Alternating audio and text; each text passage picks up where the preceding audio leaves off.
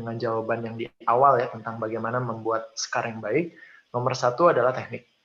Kemudian material untuk menjahit misalnya. Yang ketiga adalah perawatan luka sesudahnya. Nah, seandainya sudah terjadi keloid, apa yang bisa dilakukan? Hingga saat ini banyak sekali pilihan terapi untuk mengatasi keloid ya. Nah, biasanya terapi yang diberikan itu sama tadi prinsipnya seperti Dokter Karina bilang, bahwa tindakan yang dilakukan biasanya gabungan kombinasi terapi. Jadi tidak cukup hanya satu tes saja kalau memang kasusnya benar-benar keloid. Karena kadang-kadang keloid ini sering rancu dengan yang namanya hypertrophic scar. Jadi perbedaannya saya berikan gambaran sedikit ya, supaya baik apoteker maupun orang awam bisa membedakan mana yang benar keloid dan mana yang namanya hypertrophic scar atau parut hypertrophic.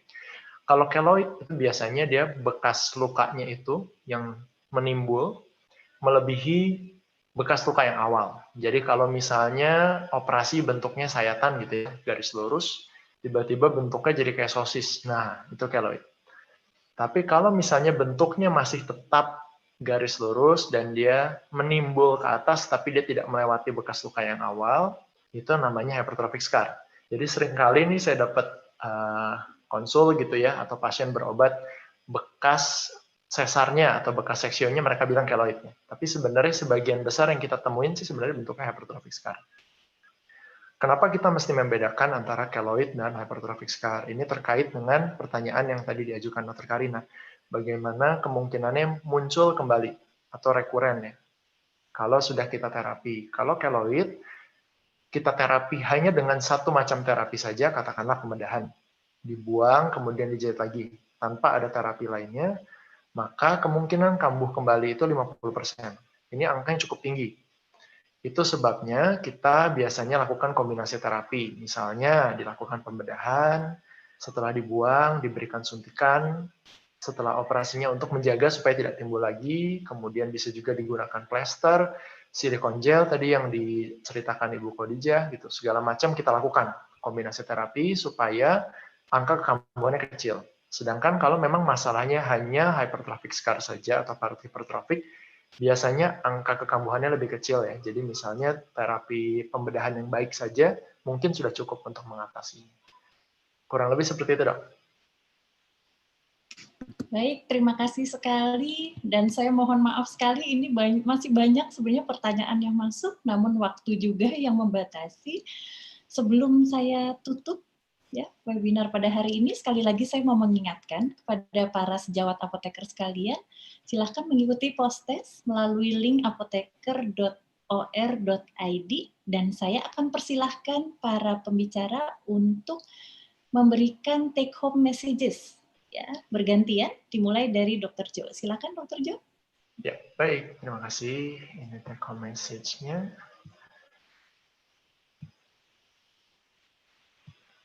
Ya, apakah sudah terlihat? Sudah ya. Jadi ada beberapa poin yang saya mau tekankan. Yang pertama, prosedur estetik itu sebenarnya kita bicara bukan hanya masalah kecantikan ya, tapi ternyata ada masalah medis juga yang bisa diatasi dengan prosedur estetik. Masalah medis apa? Yaitu kesehatan jiwa atau psikologis, kepercayaan diri, dan fungsi sosial kita. Lalu yang kedua, prosedur estetik itu sangat bervariasi, meliputi tindakan bedah dan non-bedah. Masing-masing tindakan ini tentunya mempunyai manfaat, mempunyai keunggulan, mempunyai keterbatasan, dan resikonya masing-masing. Nah, semua faktor ini sebaiknya dikonsultasikan, didiskusikan dengan baik sebelum menjalani suatu prosedur estetik apapun. Yang ketiga, ini saya tekankan untuk masyarakat awam dan juga rekan sejawat apoteker, yang tentunya juga berperan untuk mengedukasi masyarakat ya.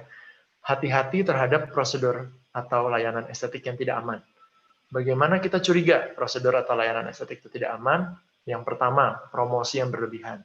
Jadi, kalau ada yang mempromosikan suatu prosedur estetik yang tanpa resiko, kemudian hasilnya pasti bagus, hati-hati. Karena tidak ada prosedur medis yang tidak memiliki risiko sama sekali. Kemudian yang kedua, dilakukan oleh seseorang yang tidak memiliki kompetensi atau latar belakang medis. Nah, ini saya sering dapat pertanyaan, apa sih bedanya dokter spesialis bedah plastik dengan dokter kecantikan atau dokter estetik gitu ya? Apakah berbeda? Jawabannya berbeda. Karena dokter spesialis bedah plastik itu sama seperti dokter spesialis lainnya, spesialis anak, spesialis jantung. Kami menjalani pendidikan formal lagi setelah selesai dokter. Nah, itu pendidikannya minimal 5 tahun. Sehingga tentunya berbeda dengan dokter yang kecantikan atau dokter estetik. Dan yang lebih bahaya lagi, sekarang banyak sekali orang yang tidak memiliki latar belakang medis sama sekali juga melakukan prosedur estetik.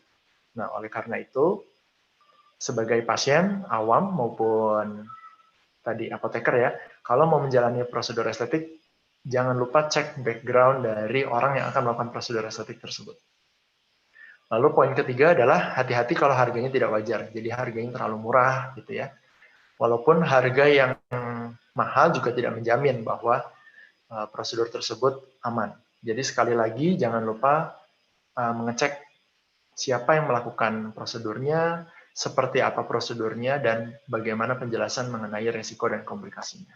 Sekian, Dok. Terima kasih. Dan selanjutnya take home messages dari Ibu Khadiza. Saya persilakan.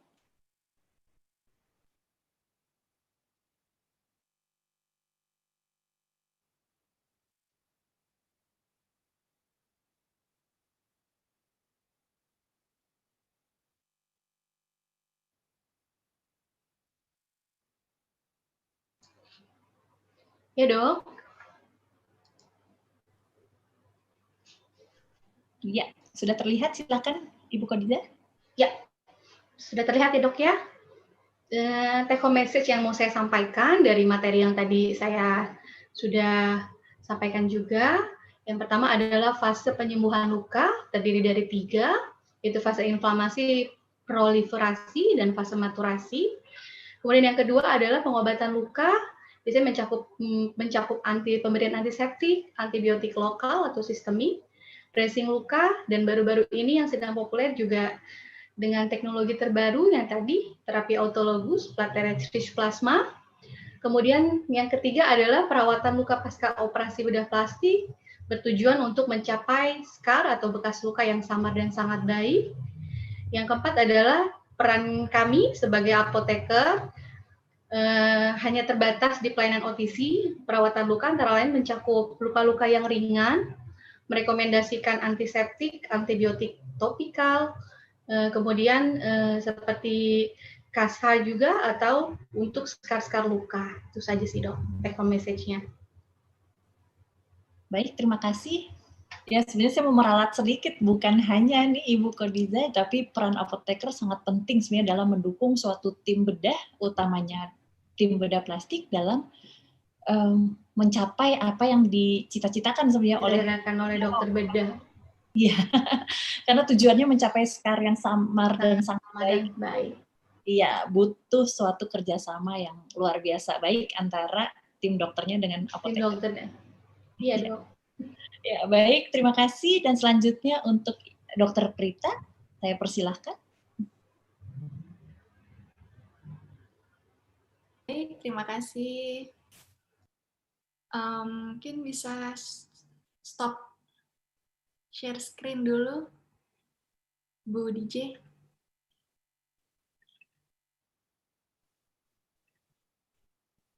Oke, take home message dari saya adalah satu, PRP itu bisa digunakan pada kasus rekonstruksi dan estetik.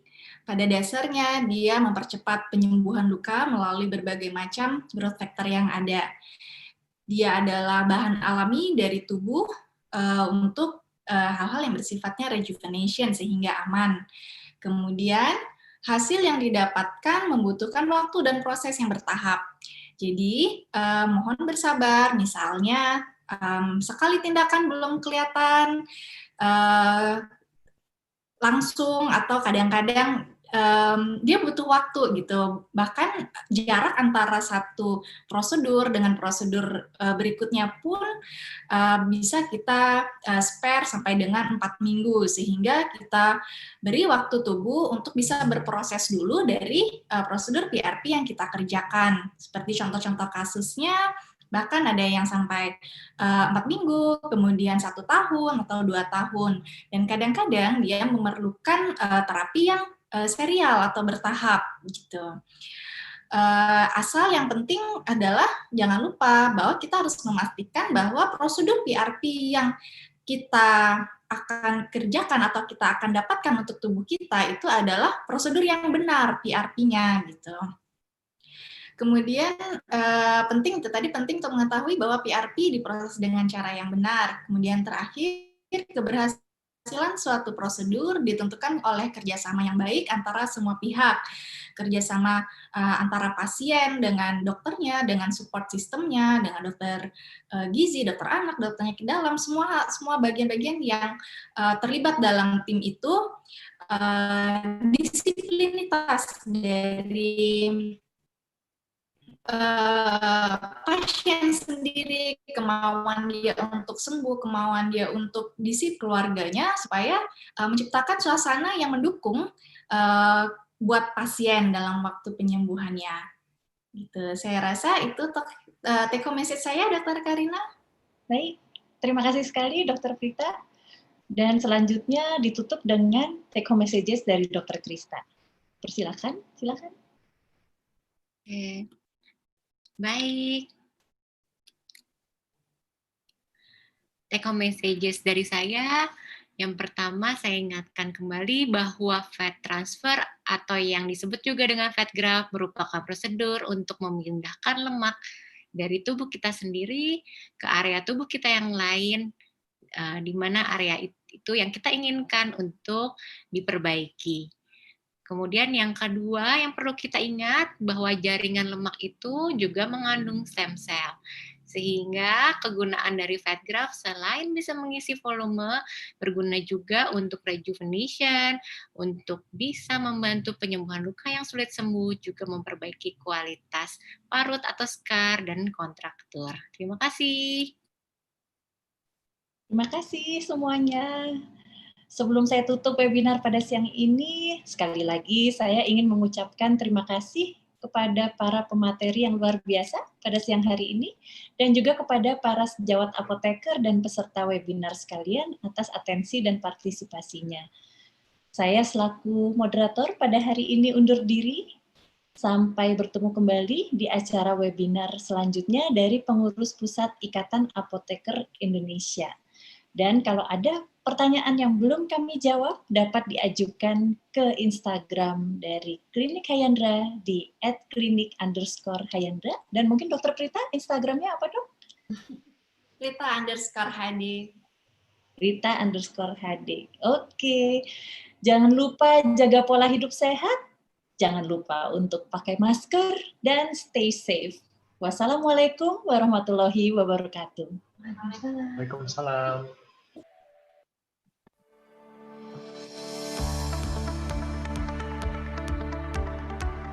Dengan berakhirnya seminar online kita yang ke-60, kami seluruh jajaran panitia mengucapkan terima kasih kepada para pemateri yang dengan luar biasa telah membagikan ilmunya yang sangat bermanfaat bagi kami. Tak lupa juga ucapan terima kasih kami sampaikan kepada moderator yang telah memandu acara secara baik. Peserta seminar online dipersilahkan untuk melanjutkan kegiatan dengan mengisi post-test melalui tahapan sebagai berikut. Masuk login ke akun webinar, klik event yang diikuti. Pilih event dan klik ikuti tes. Jawab pertanyaannya sampai dengan nilai 80. Jika belum mencapai batas minimal, silahkan ulangi sebanyak 5 kali. Tunggu penyaluran SKP. Jika telah disalurkan, klaim SKP dengan klik tombol klaim SKP.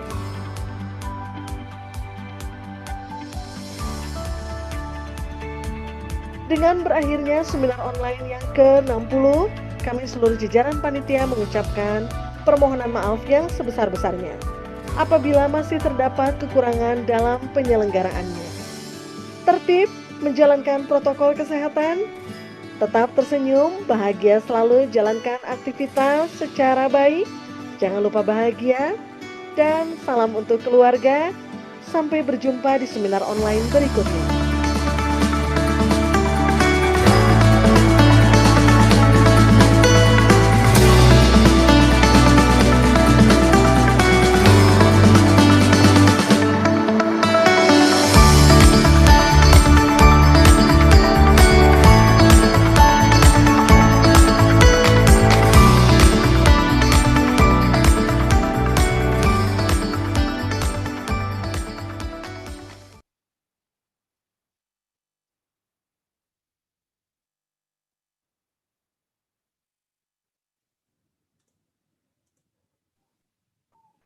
Mbak Fausan. Iya, Bu. Ini udah matching nih, saya mau difoto. Siap, Bu. Ya mohon maaf lupa bilang foto. Silakan, mungkin ada peserta yang masih ada di foto dulu. Di foto ikutan.